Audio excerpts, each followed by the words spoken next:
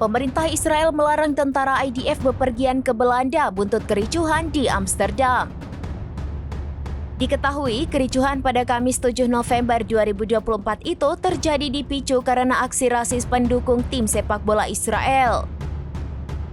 Dilansir The Cradle, larangan itu dikeluarkan Israel pada Jumat 8 November. Israel melarang semua perwira militer IDF ke Belanda sampai waktu yang belum ditentukan. Pasalnya, dari puluhan warga Israel yang terluka dalam bentrokan, ada seorang tentara IDF yang ikut menjadi korban.